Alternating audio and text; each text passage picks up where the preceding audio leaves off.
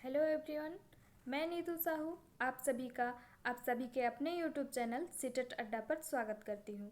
जैसा कि आप सभी जानते हैं कि हम इस चैनल पर सीटेट की प्रिपरेशन करते हैं और अभी हम सीटेट 2021 की प्रिपरेशन कर रहे हैं। आपने कमेंट किया था कमेंट बॉक्स पर कि आपको एसएसटी की वीडियोस चाहिए, तो मैं आपके लिए एसएसटी की वीडियोस आज से बना रही हूँ। ये वीडियो है क्लास 6 की फर्स्ट जो चैप्टर है ज्योग्राफी का, उसकी वीडियोस मैं आपको प्रोवाइड करने जा रही हूँ। इसके पहले आप जो क्लास 6 की सिविक्स है उसके वीडियोस भी मेरे चैनल पर आप देख सकते हैं। पहले के वीडियोस हैं उसमें आपको कम से कम 3 या 4 चैप्टर मिल जाएंगे। उसके बाद के वीडियोस भी मैं आपको प्रोवाइड करूँगी। जैसा कि आप सब जो 6 to 8 की प्रिपरेशन कर रहे हैं उन सब के लिए 6 to 8 की NCERT book, civics, history, geography, ये सारे सब्जेक्ट्स बहुत ही ज़रूरी होते हैं। और इन सब्जेक्ट्स की जो है सब्जेक्ट्स को हम इस तरह से भी नहीं पढ़ सकते हैं कि केवल हम क्वेश्चन आंसर कर लें। इसीलिए मैं आपको इन चैप्टर्स का जो है उनको थ्रूली आपको दिखाऊंगी और इन्हें सीटेट पॉइंट ऑफ व्यू से जो क्वेश्चंस आते हैं, जो इम्पोर्टेंट्स होते हैं और कुछ लाइंस भी आते हैं जो सीटेट में जो आपको लाइन वाइज आते हैं, जैसे कि पूर्ण चंद्रमा वाली रात्रि को पूर्णिमा होती है, 15 दिन बाद आप इसे देख सकते हैं। इस तरह से बहुत सी जो चीज़ें हैं तो सीटेट में डायरेक्टली लाइन को ही पुटअप कर दिया जाता है। इसीलिए मैं इम्पोर्टेंट लाइंस को भी आपके साथ शेयर करती चलूँगी। और आज का हमारा जो चैप्टर है सौरमंडल में पृथ्वी, तो इस चैप्टर को हम करते हैं। इसमें बताया गया है बहुत सारी बातों को, जैसे कि पूर्णिमा हम जानते हैं कि हर मंथ में पूर्णिमा एक बार होता है, जिसे पूर्ण चंद्र वाली रात कहा जाता है, जिसे हम फुल मून भी कहते हैं।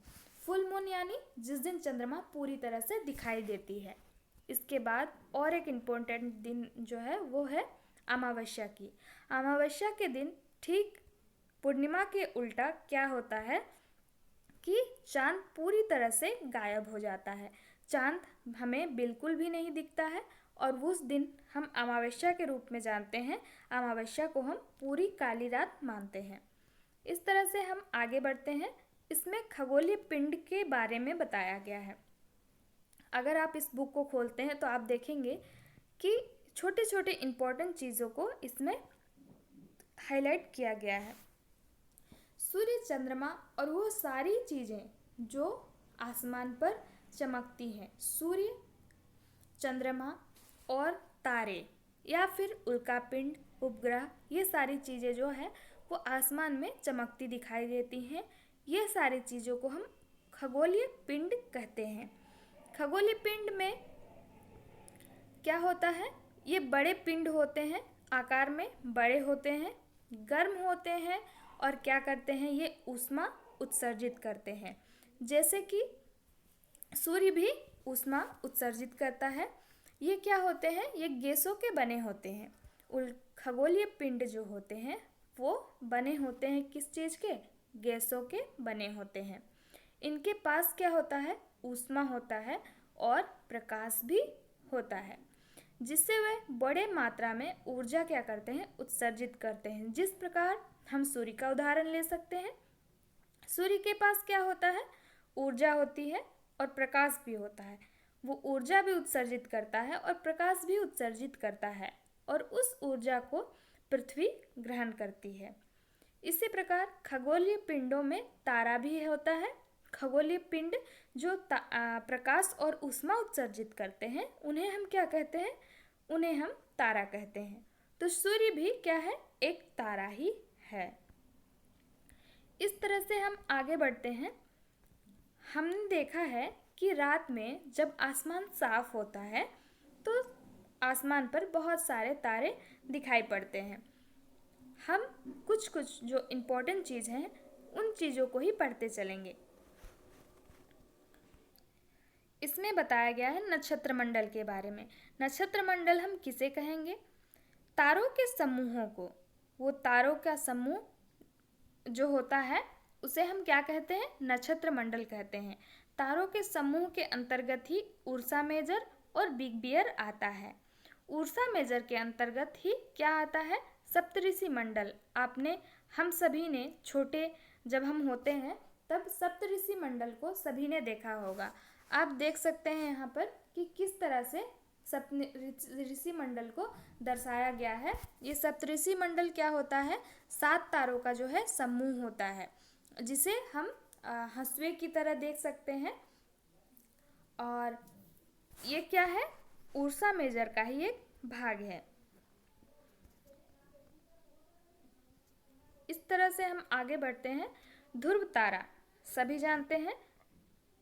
ध्रुव तारे को हम क्या कहते हैं, ध्रुव तारे को हम पोल स्टार भी कहते हैं, क्योंकि ये क्या होता है, एक ही जगह पर पोल पर स्थित होता है और हमेशा इसकी दिशा क्या होती है, उत्तर दिशा इसकी होती है।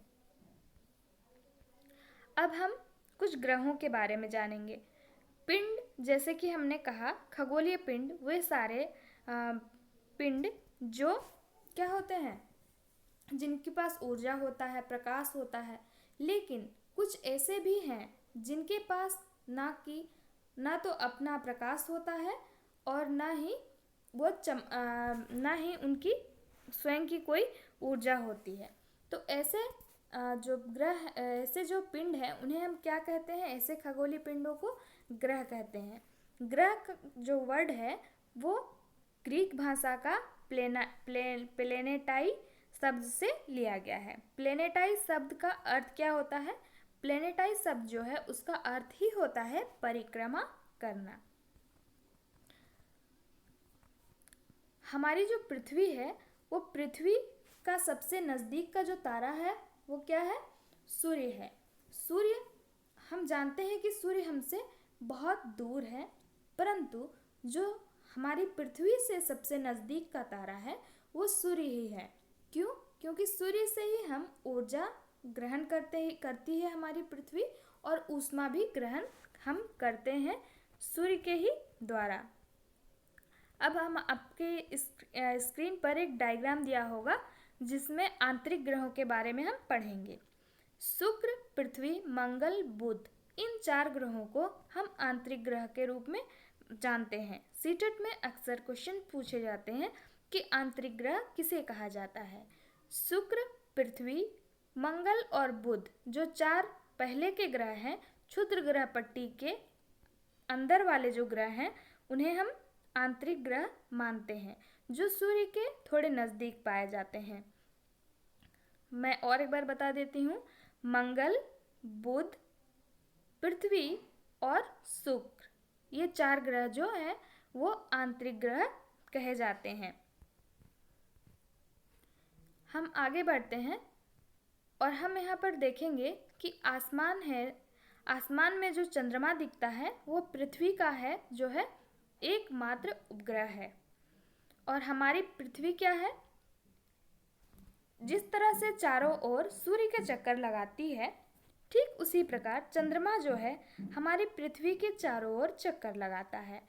वो सारे ग्रह जो एक ग्रह के चारों ओर चक्कर लगाते हैं उस ग्रह के उपग्रह कहलाते हैं। जैसे कि चंद्रमा जो है पृथ्वी का उपग्रह है और चंद्रमा जो है पृथ्वी का एकमात्र उपग्रह है। आज हम अपना चैप्टर यहीं तक करेंगे। कल हम इस चैप्टर को जो है कंटिन्यू करेंगे, क्योंकि ये चैप्टर जो है बहुत ही लॉन्ग है, इसमें बहुत सारी चीज़ें जो है नोट करने लायक है। तो आज हम अपना चैप्टर यहीं पर ख़त्म करते हैं। आप मेरे साथ मेरे चैनल पर बने रहें। आप EVS, SST और ऐसे ही बहुत सारे वीडियोस मेरे चैनल पर देख सकते हैं। कुछ ही दिनों बाद हम जो है इस चैनल पर, जब हमारा सिलेबस लगभग कंप्लीट होने की ओर पहुंचेगा, तो हम क्या करेंगे, हम सीटेट की प्रीवियस ईयर की क्वेश्चन सेट भी करेंगे। तो आप मेरे साथ बने रहें मेरे यूट्यूब चैनल पर, और अपने दोस्तों को जिनको इन वीडियोस की ज़रूरत हो उन तक इन वीडियोस को शेयर करें, लाइक करें और सब्सक्राइब करें मेरे चैनल को। आज के लिए बस इतना ही। धन्यवाद।